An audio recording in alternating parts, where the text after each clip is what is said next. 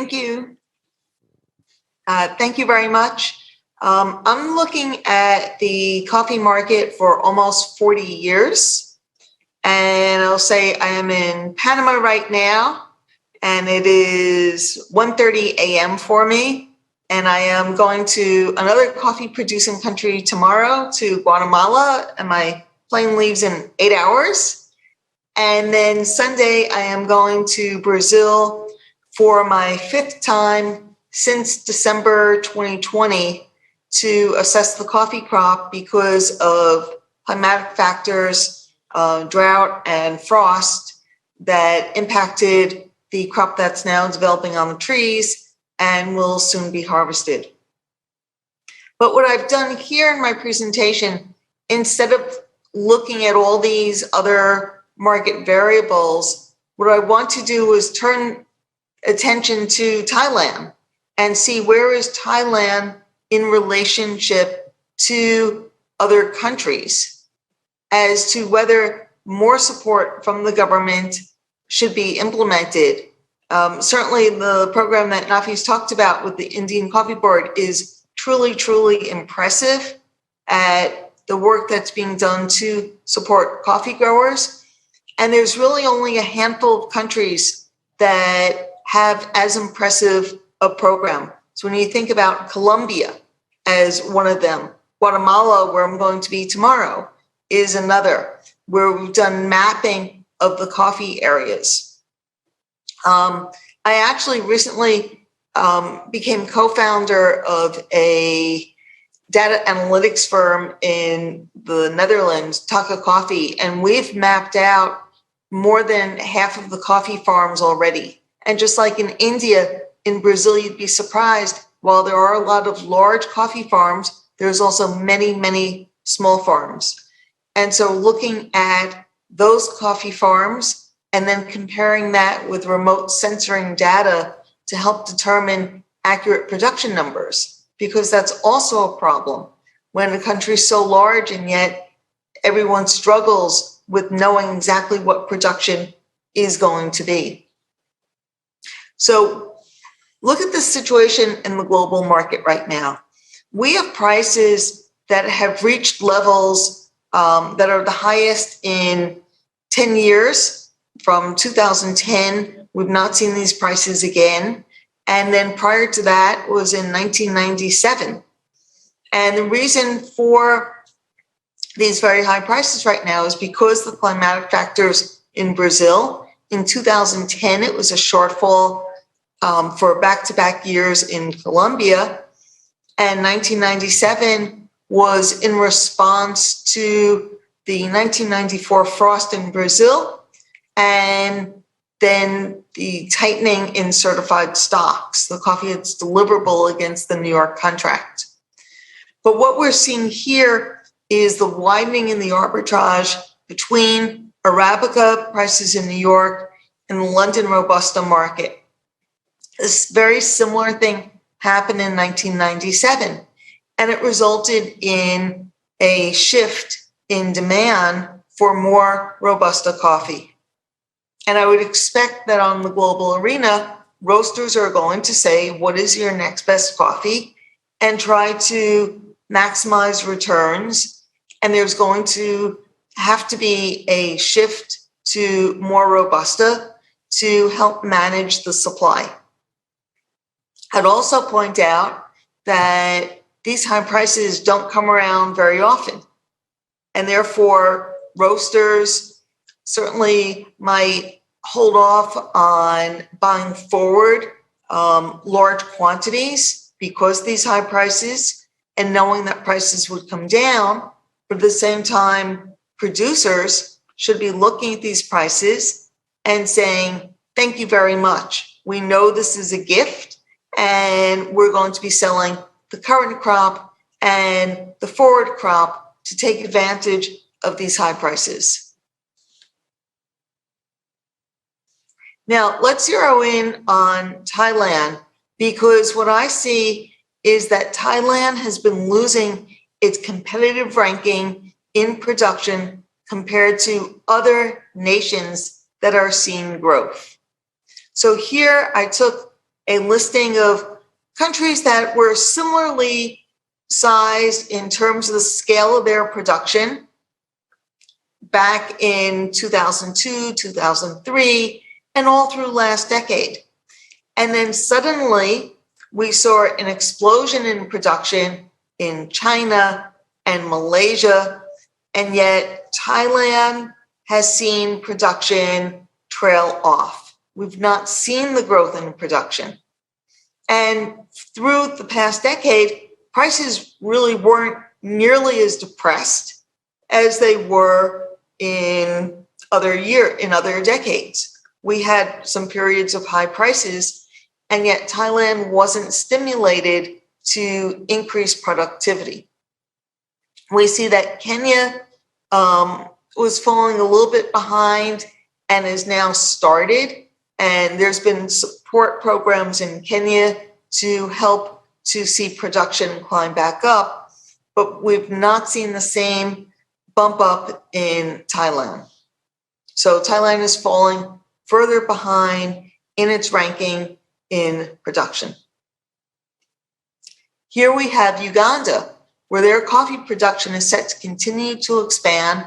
There's been a huge governmental program where they are looking to increase production to bring production up to 9 to 10 million bags. The Uganda Coffee Development Authority has been working hand in hand with producers, looking at expansion, looking at replacing older trees, and that's starting to begin to take hold, but should see rapid acceleration in the years forward as those new young coffee trees begin to increase in their productivity. Let's look at India and Guatemala. Okay, they're also seeing the recovery. Countries that have strong government support see increases in productivity. It goes hand in hand. So if Thailand wants to continue to see strong production, education programs for helping farmers, rehabilitation of older plantations, increased denser plantings, proper fertilization techniques, and other assistance, all those help to improve the productivity and increase the income from coffee production. We saw in Guatemala a setback in production from the rapid growth from earlier last decade. So you could see the increase in productivity in 2009 through 2014-15. And then Guatemala was impacted by coffee rust. Very similar to other countries in Central America, Peru and Mexico also had a problem with rust, and they've started to overcome it. The strong support from Guatemalan Coffee Association and a cafe helped to limit the damage that was done to the Guatemalan coffee crop. It could have been a much worse situation, and it wasn't. Now let's look at consumption, because many producing countries are also taking the objective of we must increase local consumption to help to improve productivity and the desire to grow more coffee in our own countries. So when you look at Vietnam, there's been a strong increase in coffee consumption, the coffee culture. You go to Vietnam and every street has multiple cafes. People are drinking coffee all the time. You're supporting local brands of coffee, and it is showing in the rapid acceleration in the coffee culture and the consumption, although certainly the pandemic leveled that off the past 2 years with restrictive measures.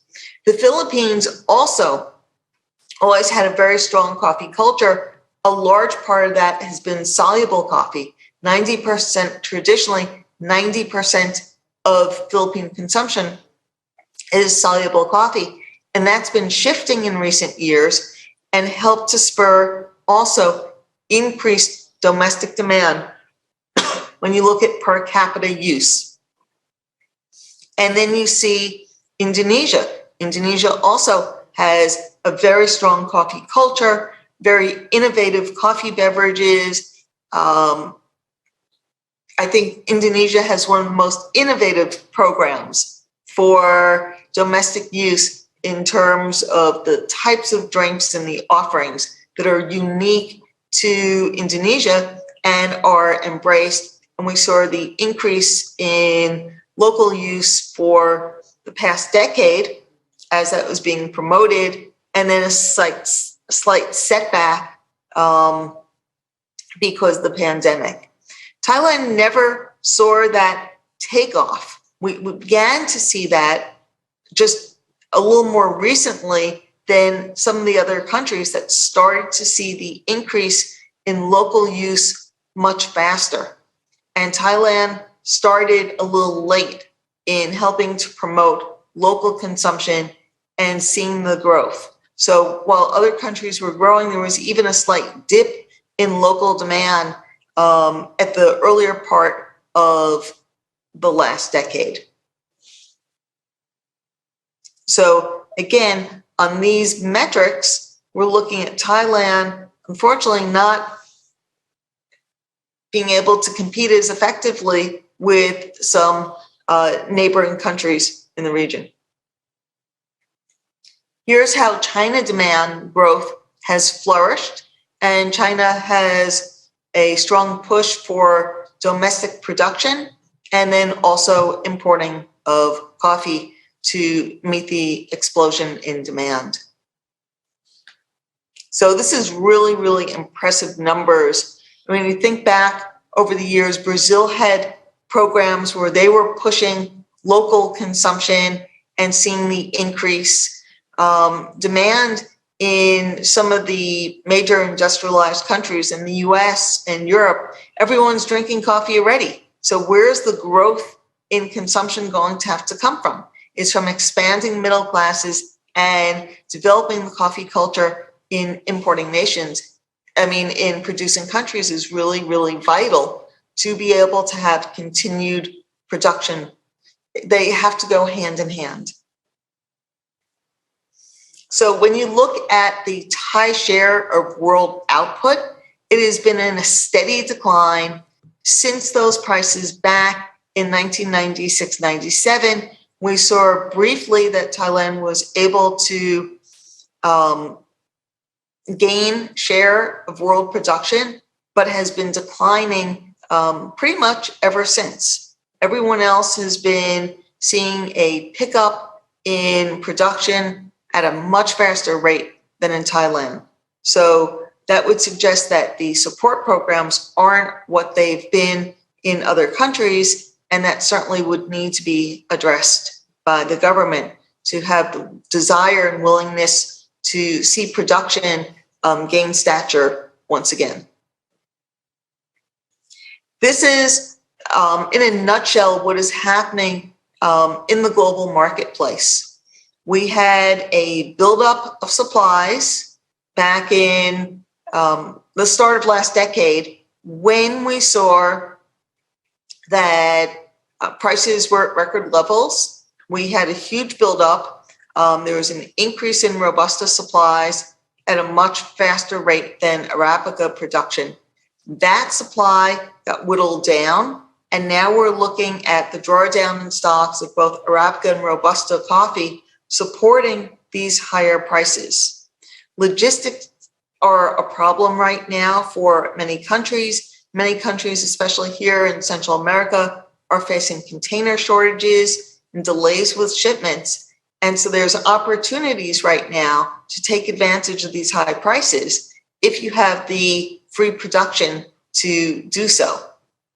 And so when companies are looking at what needs to be done, some are looking at loading of break bulk containers, big bags to help to smooth the logistical.